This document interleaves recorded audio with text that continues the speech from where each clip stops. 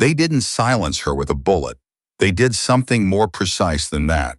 They made her disappear on paper first, reassigned, reclassified, then simply removed from every roster that mattered. And then they put her on a transport to a forward observation post in the Karakoram that had no resupply scheduled and no extraction window, and a communications array that had been, according to the maintenance log, functioning perfectly on the day it stopped functioning entirely. The men who made that decision poured drinks afterward. Someone said the altitude would handle it. Someone else agreed. They believed they were being efficient. They were wrong about everything.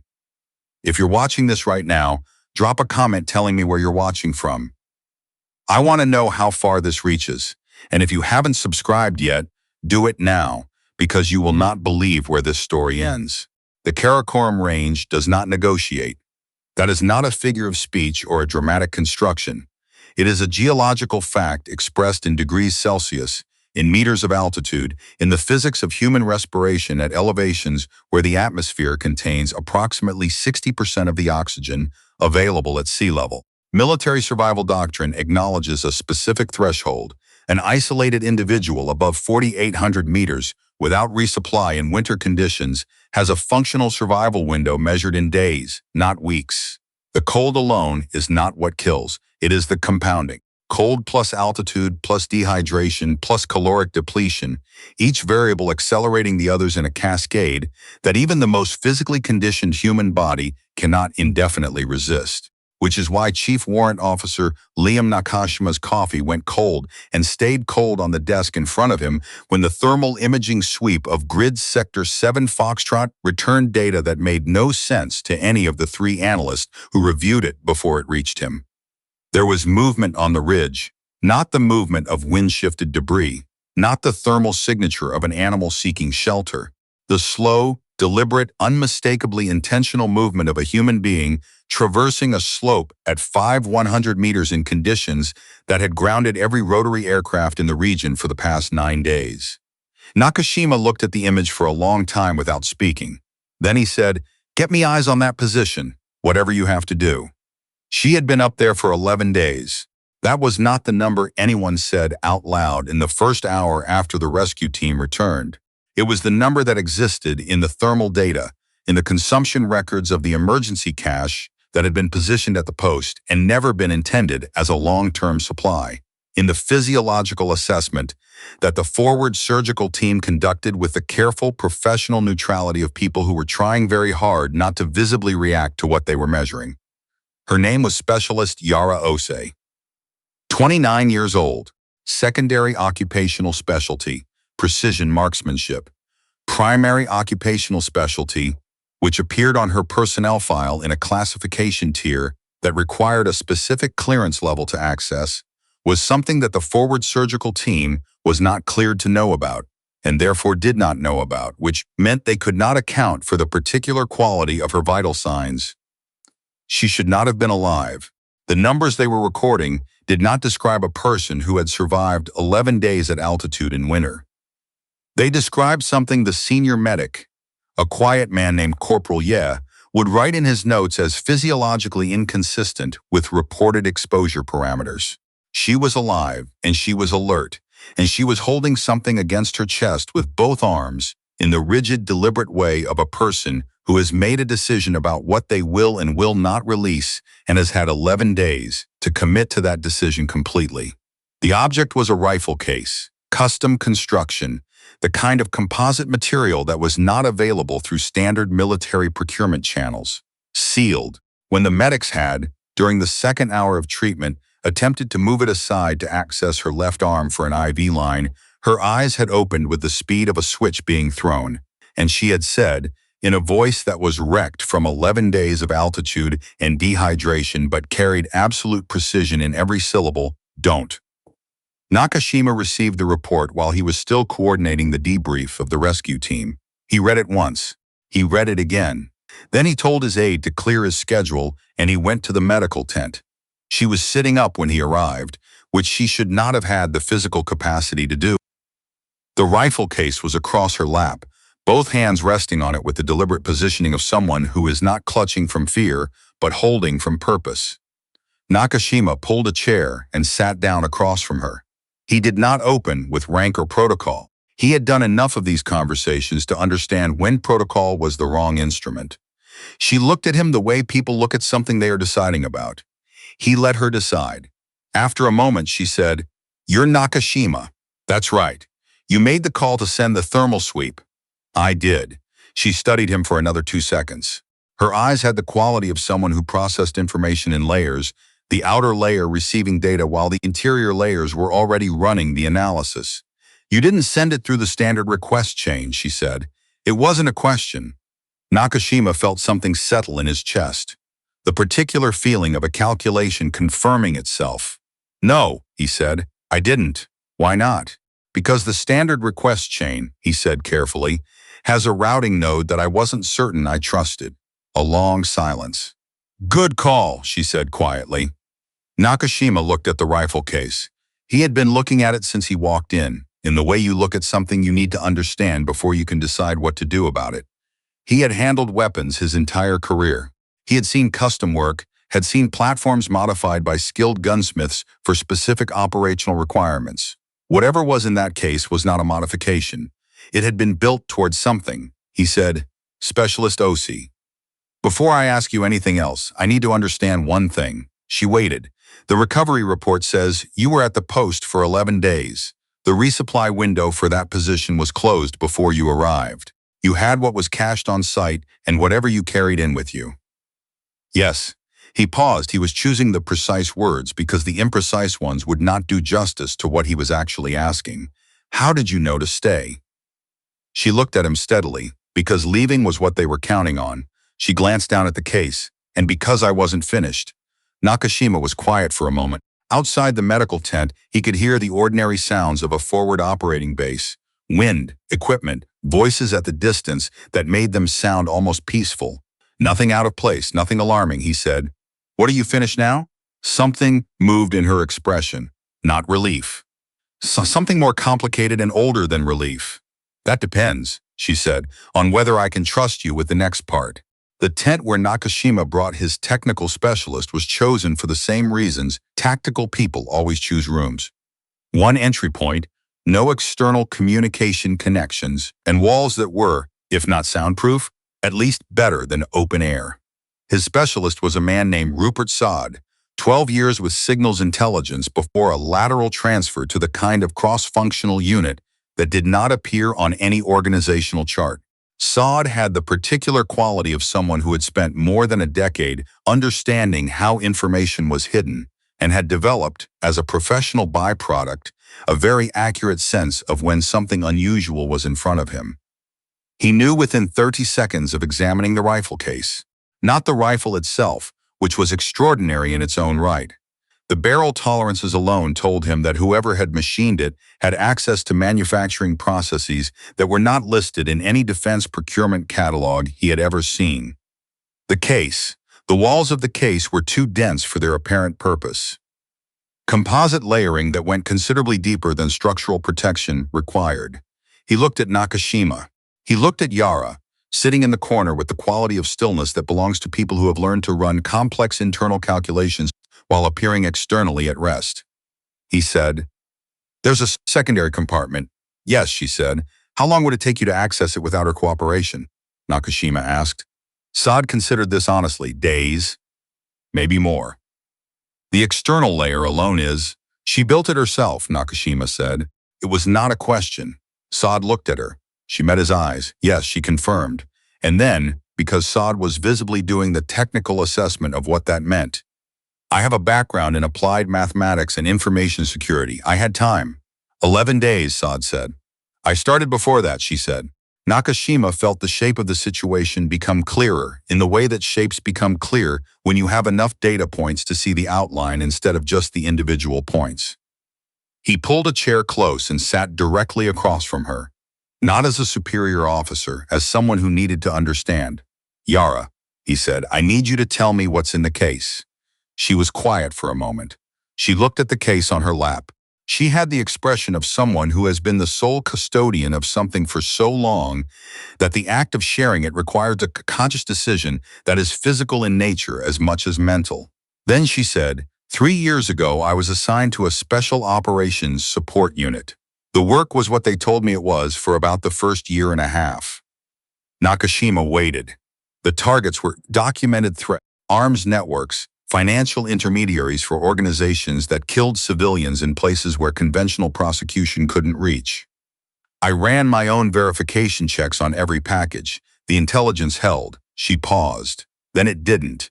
She told him about the target package for a man named Colm Brouwer, a shipping logistics coordinator based in Hamburg. The intelligence summary said he was moving materiel for 3 separate networks operating across the Sahel. The photographs showed him at meetings with people whose names appeared on international watch lists.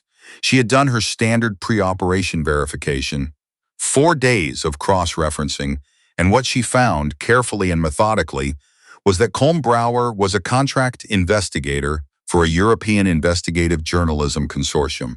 He attended the meetings in question because he was documenting the networks. He had submitted 3 formal intelligence sharing requests to 2 separate government channels in the 18 months prior to his targeting. Both channels had declined to respond. He had a daughter who was 11 years old. I reported a target verification failure, she said. Formal documentation. The operation was suspended pending review. What happened? She looked at her hands. They told me my access tier didn't include the full intelligence picture, that the public-facing professional identity was a constructed cover.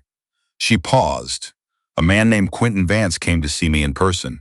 He ran the operational side of the unit. He sat across from me and told me that I had been selected for the work because of what I could do, not because of how I interpreted context that I wasn't positioned to fully understand. She stopped. He said, "Trust the mission." Nakashima's jaw tightened. He had heard the sentence before in different rooms wearing different vocabularies. He had seen what it produced in the people it was said to.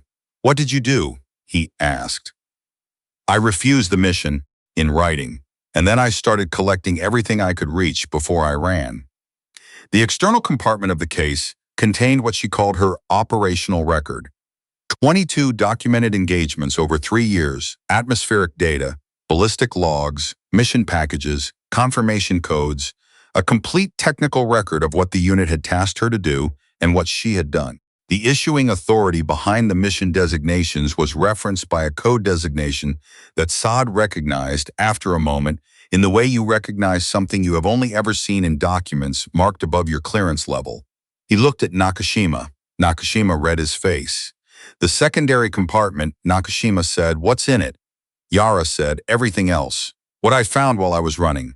Financial records, communication intercepts, contract documentation linking the operational unit to 3 separate government procurement chains, names, connections between the unit's operations and official investigations that were closed before they reached conclusions. 2 whistleblowers who disappeared, a journalist in Bratislava who died in a fall that was ruled accidental." She looked at Nakashima steadily. "And the man who gave me the Brouwer package. His name is in there, all of his names." The room absorbed this the way rooms absorb information that is too large for a quick response. Saad had moved to a seat without appearing to move.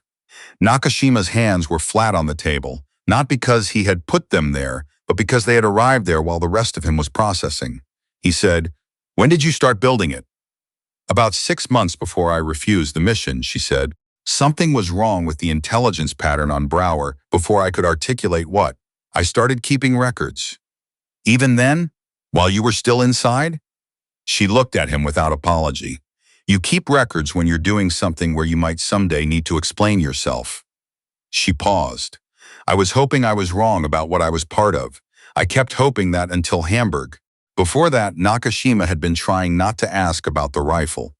The specific rifle, the one sitting in the case on her lap that Saad had identified within the first 90 seconds as something that should not technically be achievable with publicly documented manufacturing processes. He asked now. She was quiet for a moment.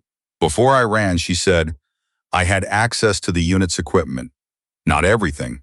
But I had time, and I had enough." She looked at the case. "I built it to a specific requirement."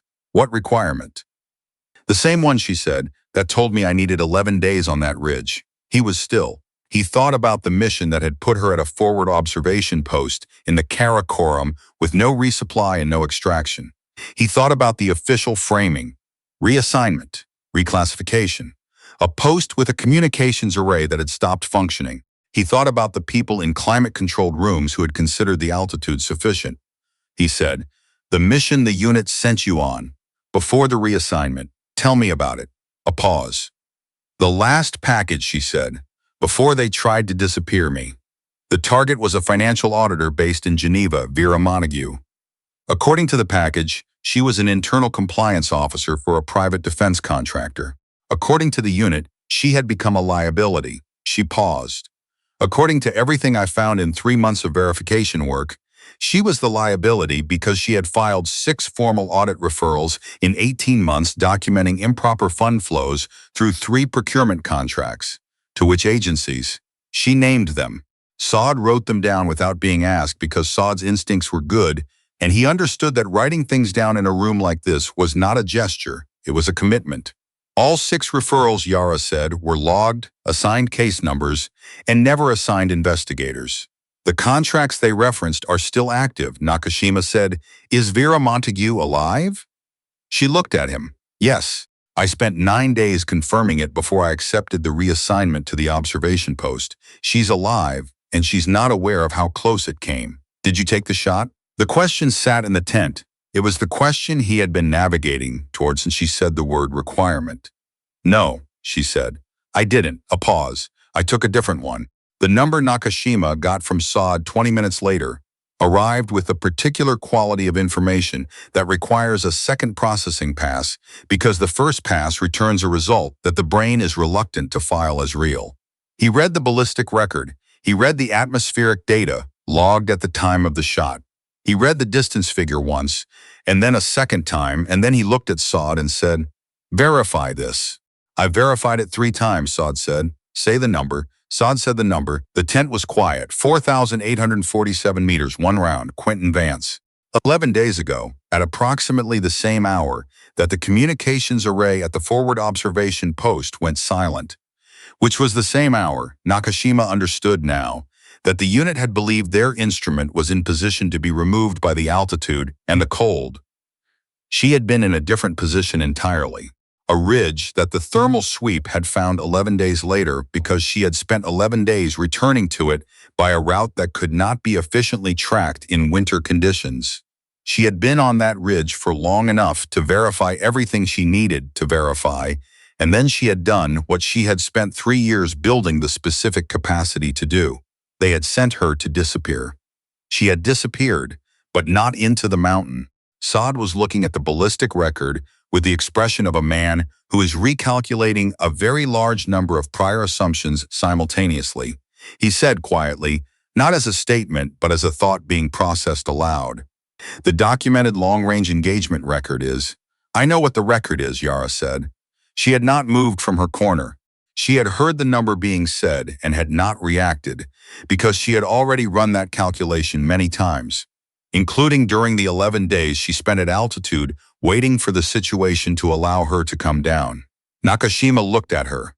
He thought about what it meant to build a rifle to a specific requirement and then spend 3 years developing the mathematical architecture needed to use it at a distance that exceeded documented human achievement by more than 400 meters.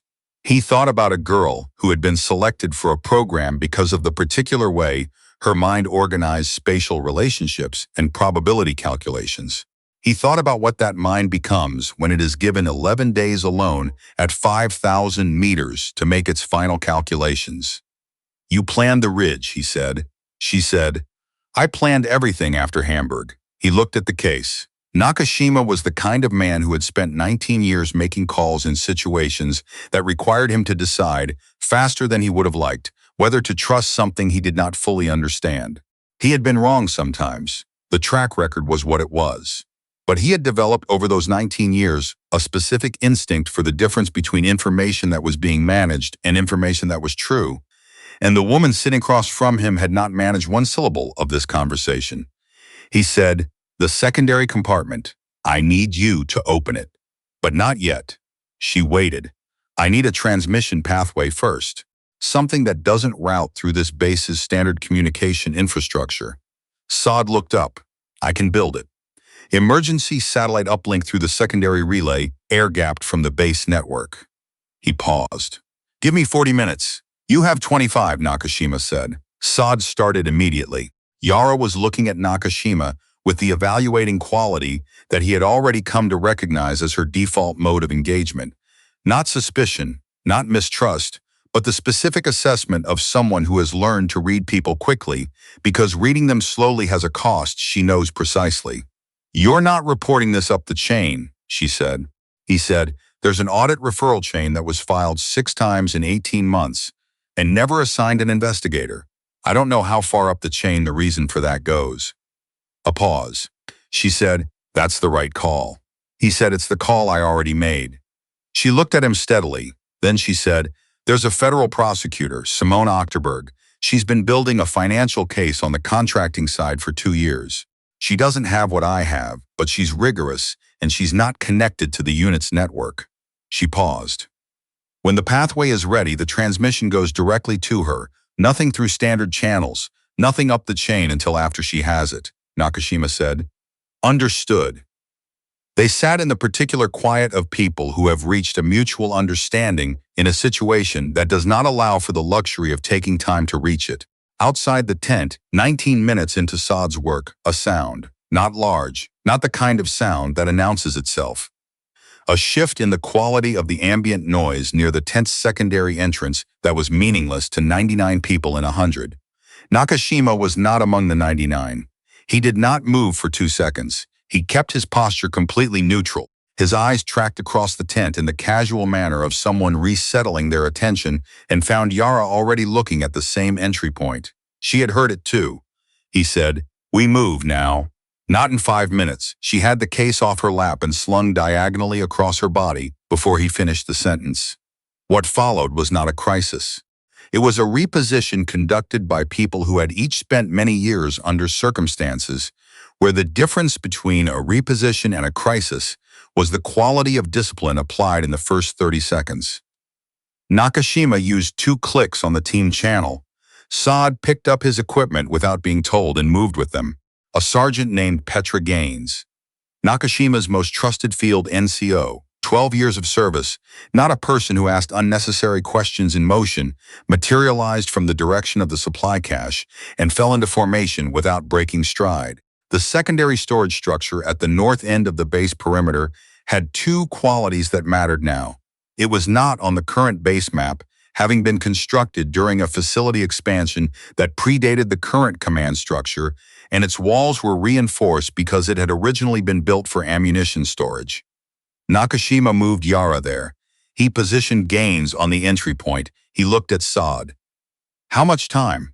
11 minutes, Saad said. You have 8. The look Saad gave him was the look of a specialist being asked to do something that his specialty said was not possible in the available time. He sat down and did it in 8 minutes anyway, because Saad was constitutionally incapable of failing at something he could see the mathematical path through, even if the path was compressed. Pathway is live, he said. Stable. I've routed it through the base's emergency communications relay. It's a separate system from the primary infrastructure, installed before the current contracting cycle. He paused. Whatever monitoring architecture the unit runs on base communication systems won't be watching this. Nakashima looked at Yara. She opened the case. The internal mechanism of the secondary compartment required knowledge of a specific pressure sequence on 3 points of the composite frame. She executed it in under 4 seconds. A panel released with a sound that Saad would describe afterward as the most precisely engineered mechanical action he had ever heard in a field environment, which from Saad was a significant statement. The data module inside was the size of a large thumb drive, encased in its own sealed housing. She connected it to Saad's air-gapped terminal. She began the decryption sequence. Saad watched her hands on the keyboard with the visible respect of someone watching a discipline he had studied, being practiced at a level he had not previously observed in person. 4 minutes, she said. Then she corrected herself. 3.5. The first partition opened. Nakashima read the screen. He read it the way you read something when the content keeps arriving faster than the processing can keep up with. Procurement contract designations. Financial records with cross-references that connected to publicly documented defense contracting entities that any informed civilian would recognize.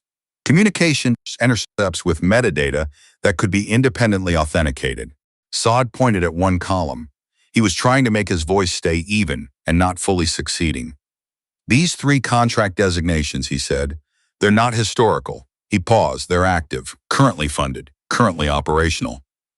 Nakashima looked at Yara. She said, Vance controlled the authorization chain for 2 of them. With him removed, the funding mechanisms lock within 72 hours. She paused. The 3rd runs through a separate authorization structure. That name is in the 2nd partition. Start the transmission, Nakashima said. Saad started it. While the data moved through the encrypted relay towards Simone Ochterberg's secure terminal in a federal building in Washington, D.C., Nakashima's radio clicked. Gains at the entry point. Single click, then 2, then 1.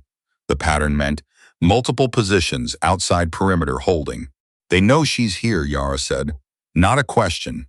They knew the moment the thermal sweep logged the position, Nakashima said. They were waiting to see how it played. She looked at the rifle case. Waiting to see if I'd come down with anyone who'd know what to do with what's inside it, she said.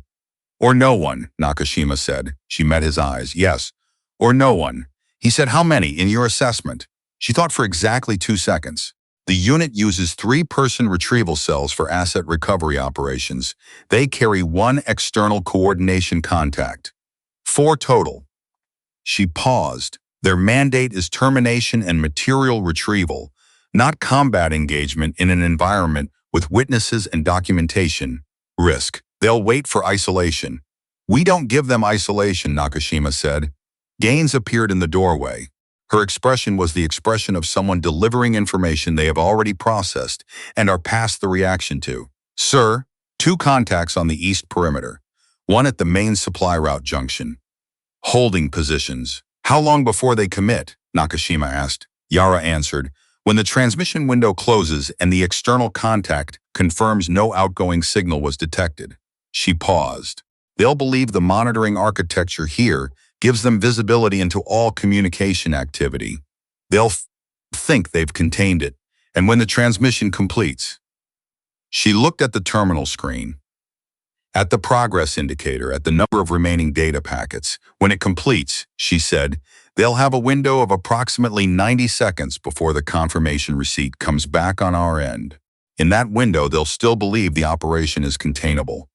She looked at him. That's when we move. Nakashima looked at Gaines. He looked at Saad. He looked at the rifle that Yara had not let go of once since Holloway had pulled her from the wreckage on the mountain.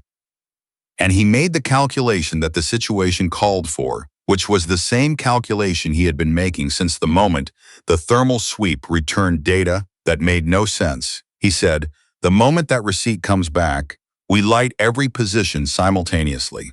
Nobody leaves this perimeter until the base commander has been briefed and the situation is documented. He looked at each of them in turn. We hold containment. Nobody fires unless there is an immediate physical threat.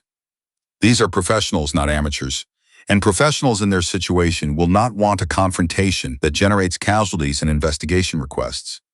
He paused. We are not giving them the alternative they want. He looked at Yara. There was something he needed to say before the 90-second window arrived, and the directness that the moment required was not the directness of rank.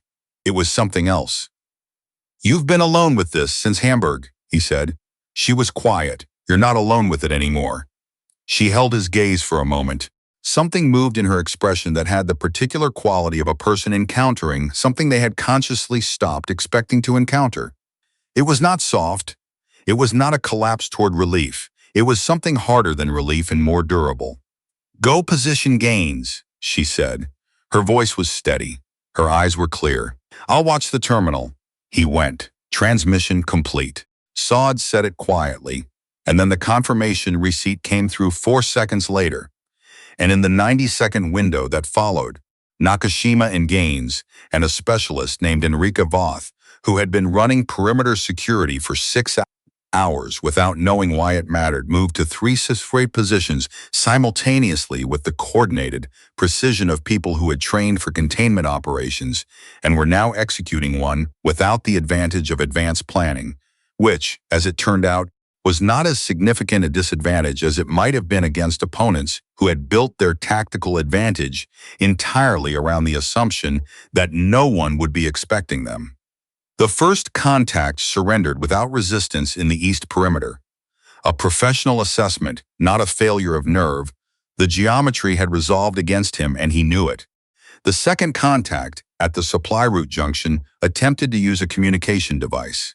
Gaines reached him before the connection went through. The third contact, inside the base perimeter, walked away.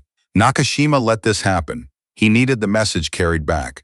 He needed the unit to understand that the transmission had been made and received and confirmed, that there was nothing left in this facility that could be destroyed or recovered, that the information was no longer in a rifle case on a mountain in the Karakoram, but in a federal prosecutor's secure terminal with authentication chains that the unit's lawyers, when the lawyers eventually arrived, were going to find airtight.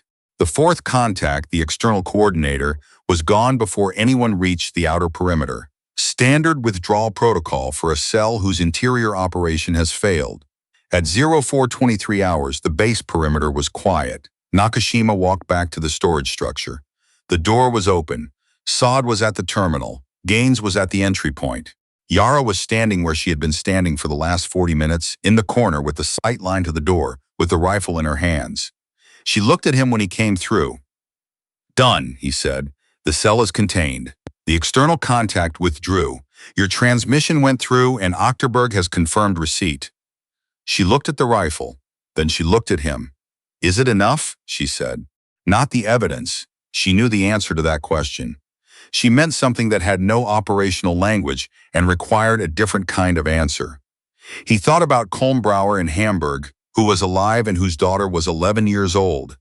He thought about Vera Montague in Geneva, who had filed 6 referrals and was alive and did not know how close it had come. He thought about the 6 referrals that had been logged, assigned numbers, and buried, and about the fact that the financial records in Yara's secondary compartment were going to make burying them a great deal more difficult. "It's enough," he said. She nodded once. The nod of someone receiving information they had calculated was probable and confirming the calculation against the result. Outside, through the walls of a forward operating base in the Karakoram, the sky was doing what the sky in that range does in the early hours before dawn, turning from the particular black of high-altitude darkness towards something that had color in it, faint and cold and indisputably real. In Washington, Simone Ochterberg had not slept.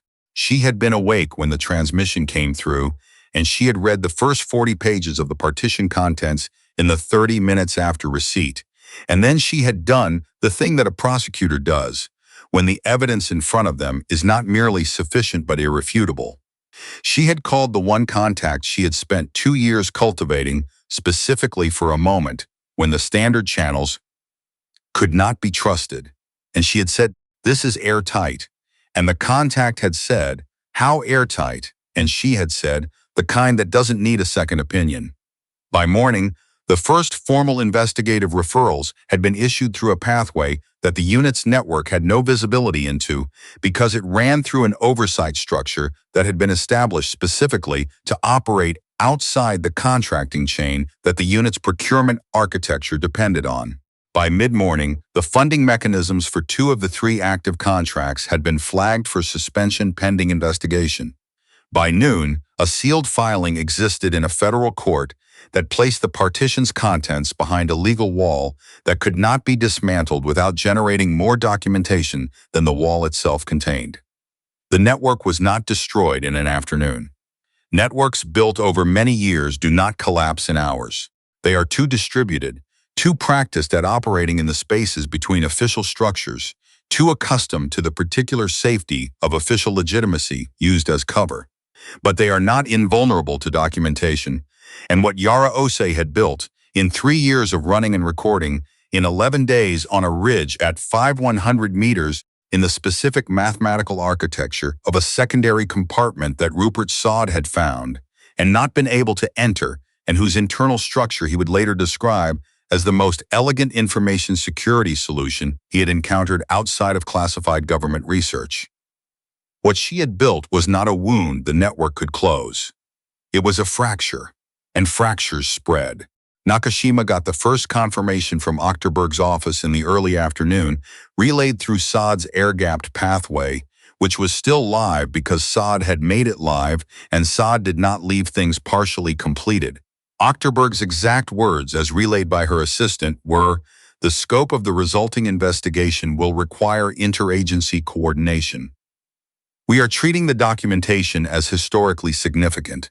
He went to find Yara. She was in the medical tent, not because she had been told to go back. She was not a person who went where she was told without reason, but because Torres, the medic, had found her in the supply structure after the containment and said, in the direct and respectful tone of someone who has assessed the situation and decided on the appropriate professional response, "You need to let me finish the intake I started when you arrived." And she had, after a brief evaluating pause, agreed. She was sitting on the edge of the cot when Nakashima came in. The rifle case was leaning against the wall beside her. She was looking at it. He had noticed, over the past several hours, that she did this. Looked at the case with a quality of attention that was not attachment to the object, but a way of holding the totality of what it represented in her field of vision. It was how she processed, he thought, keeping the through line visible. He said, Achterberg's office used the word historically significant. She absorbed this. The absorption was visible as a kind of stillness that did not look like stillness from the outside. The two active contracts, he said. The funding suspension went through. The third is more complex. The authorization chain runs deeper, and Achterberg is working the coordination carefully. She said, the third name is the one that's been protected longest. That's why it'll take time, he said. She'll get there, she said. I know. She paused. Nakashima. She looked at him. There's something I need to tell you. He sat down. She was quiet for a moment in the way she was quiet when she was choosing words precisely. The secondary compartment, she said. That's what you transmitted. What I built in 3 years outside the unit. Yes. She looked at the case. There's a third partition. He was still. The storage capacity of the module, she said, is larger than the external compartment and the secondary compartment combined. She met his eyes. I didn't tell you about the third partition because the right sequence mattered. The secondary partition establishes the current network structure, the active contracts, the names, the operational connections.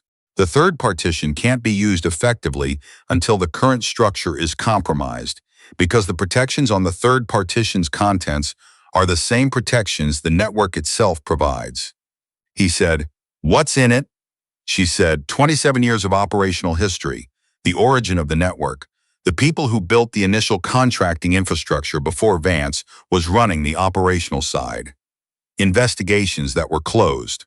A congressional inquiry in 2009 that was never publicly released, and whose investigators, both of them, transferred out of government service within 8 months of the inquiry's termination. She paused. The documentation of how the unit recruited. How they found the people they found. People like you. Yes, he said. Who gave you this? A long pause. A woman, she said. Her name was Hartley, or that was the name she used when she came to a school in East Texas and administered a mathematics evaluation that was not a standard assessment to a 16-year-old who had tested 3 years above grade level in applied physics. He was quiet. She was part of the unit's recruitment infrastructure, Yara said. She found me. She placed me. She built the pipeline that brought me and 11 other people I know of into the program over 14 years. She paused, and 18 months ago, she came to find me while I was running. How did she find you? Because she had always known where I was. She had been watching since Hamburg. She looked at the case. She put a drive on the table between us and said, I should have given you this when you refused the Brower package. She paused. She said she had spent 9 years collecting it, that she had stayed inside the network because she believed for a long time that the structure was containable, that the targets justified the methods, and that she could both without becoming what the network actually was.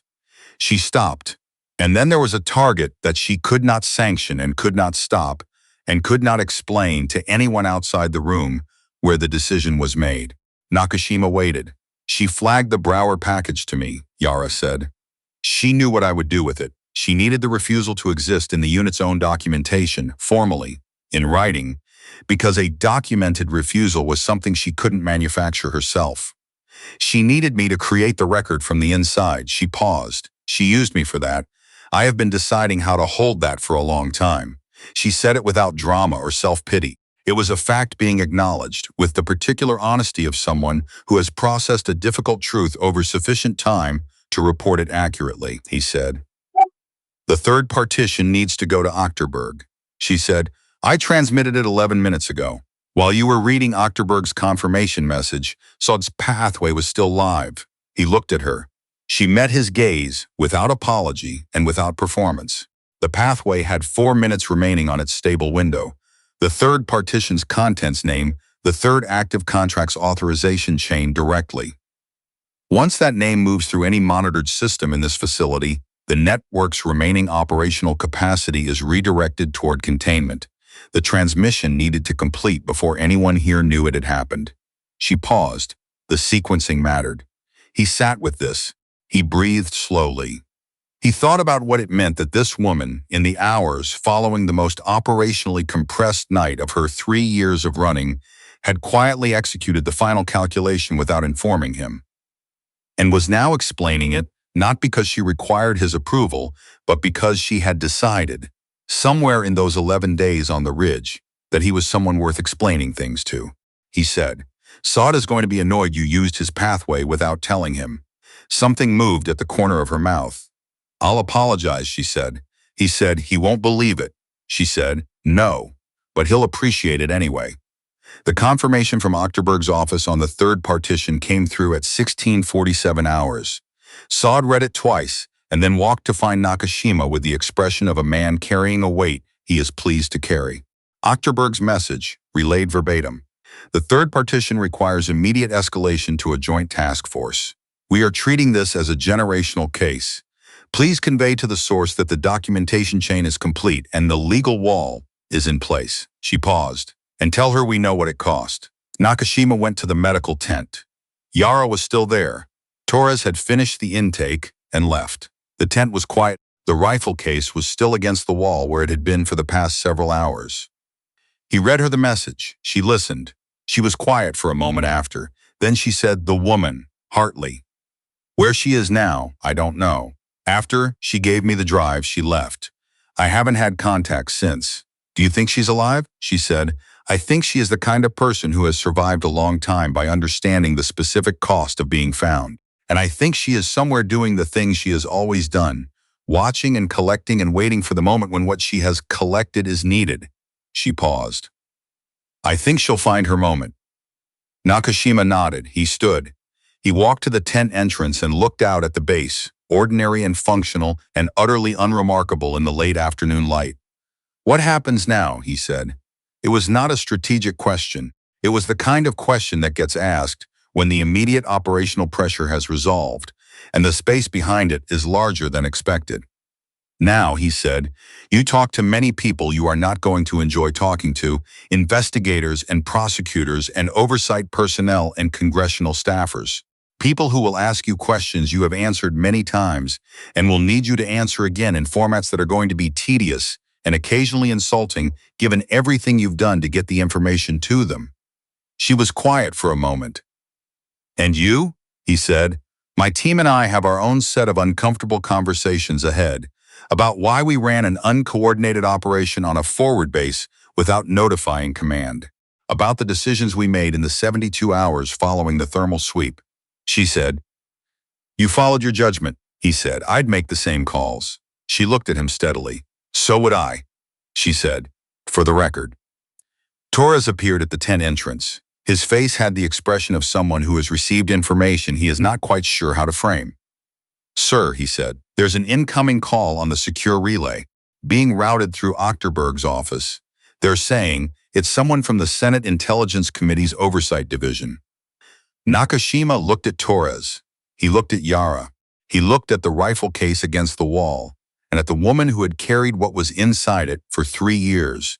through conditions that were designed to make the carrying impossible. And he thought about a 16-year-old girl in East Texas whose mathematics teacher had probably noticed something and said nothing, and about a woman named Hartley who had noticed the same thing and built a pipeline to use it, and about the distance between those two responses and what falls into that distance and what sometimes, rarely, not as often as it should, manages to climb back out. "Tell them 10 minutes, Nakashima said. He looked at Yara. "You should clean up. You're about to talk to a committee staff director and you've been wearing the same clothes for 12 days. She looked at him. Something that had been held very still behind her eyes for the entire conversation, through the tent and the transmission and the containment and Ochterberg's message, shifted. Not tears. Something deeper and older than tears. The specific release of a person who has carried something alone for long enough that the moment other hands take hold of it produces a physical response the body enacts without asking. She laughed. Brief, genuine, surprised. The laugh of someone who had stopped expecting to have that sound in them and was encountering it with something close to wonder. 10 minutes, she said. He confirmed it. She stood. She reached for the rifle case, automatic. The gesture of 3 years of keeping it close. Then her hand stopped. She looked at it. She looked at Nakashima. "Can you hold this?" she said. "While I clean up." She held the case out. He took it. He had handled a great many things in 19 years of service.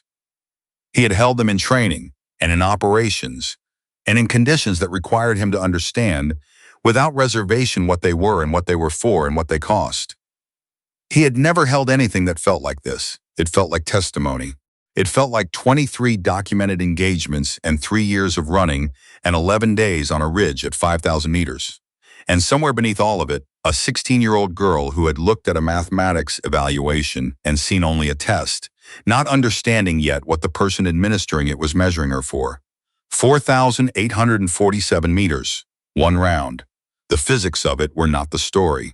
The physics were just the last calculation in a sequence that had begun the day someone decided that an extraordinary mind was a resource to be allocated rather than a life to be lived, and had run through every decision that followed, every mission accepted and every mission refused, every record kept and every record hidden, every kilometer of running that looked from the outside like flight but was, from the inside, something else entirely, a very long, very precise approach to a position from which the truth could finally reach. Yara Osei walked out of the tent. Nakashima stood with the case in his hands and listened to the base resume, its ordinary sounds around him. He thought about Simone Ochterberg in Washington, building walls around evidence that had crossed half a planet to reach her. He thought about Colm Brower, who was alive, and whose daughter was 11 years old, and who did not know, and would probably never know, how close it had come, or what had stood between him and it. He thought about Hartley, wherever she was, doing whatever she had always done, watching and collecting and waiting for the moment. He thought about what she had said to him in the first hour. "You're not alone with it anymore." And he thought she had made that true by deciding it was true. The way she made everything true, by calculating the exact requirements and then meeting them precisely with whatever she had available for however long it took, because that was the only kind of mathematics she had ever understood. The door opened. She stood there, clean, composed, ready. She looked at him. She looked at the case. She held out her hand. He gave it back. She slung it across her shoulder. She looked at the entrance of the tent where the committee staffer was waiting on a secure line. She straightened. She looked at Nakashima. "Ready," she said. And in that word, in the voice of a woman who had been erased from every roster that mattered and sent to a mountain to be handled by the altitude, and who had come back carrying everything anyway, there was no performance and no drama and no relief. Only the clean, complete certainty of someone who has finished one calculation and is prepared, without hesitation, to begin the next.